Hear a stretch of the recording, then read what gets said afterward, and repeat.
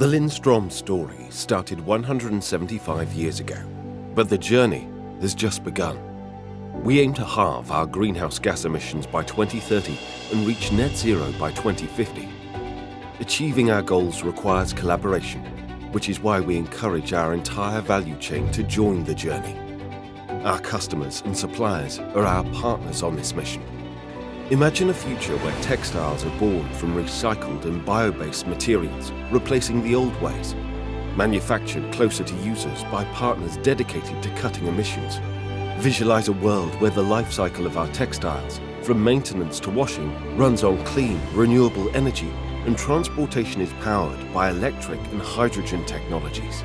This is not just a vision for the distant future. In less than a decade, it will be our reality.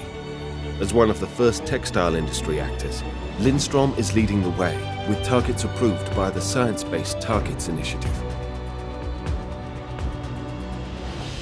Together, we make a difference.